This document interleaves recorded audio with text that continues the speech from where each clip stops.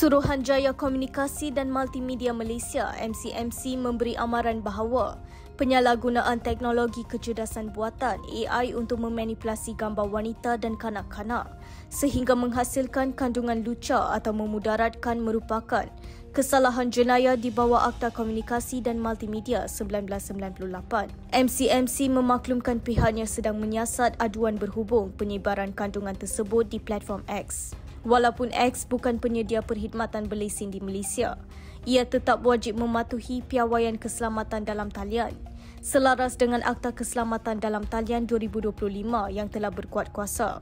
Menurut MCMC, wakil X akan dipanggil memberi penjelasan dan orang ramai digesa melaporkan kandungan berbahaya kepada MCMC serta pihak polis.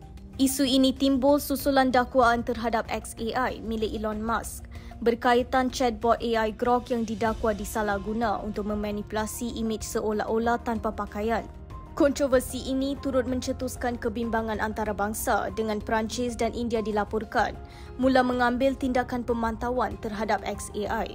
Punca kebanyakan penyakit adalah pengaliran darah yang tidak lancar seperti sakit kepala, sakit badan, lesu, penat, tangan dan kaki rasa kebas, sesak nafas dan banyak lagi. Kalau kita biarkan, dia boleh menyebabkan penyakit-penyakit darah tinggi, kencing manis, serangan jantung dan banyak lagi. Tasli Dancen melancarkan pengaliran darah. Ia dihasilkan dengan cara moden dan berkualiti. Tasli, teman kesihatan anda.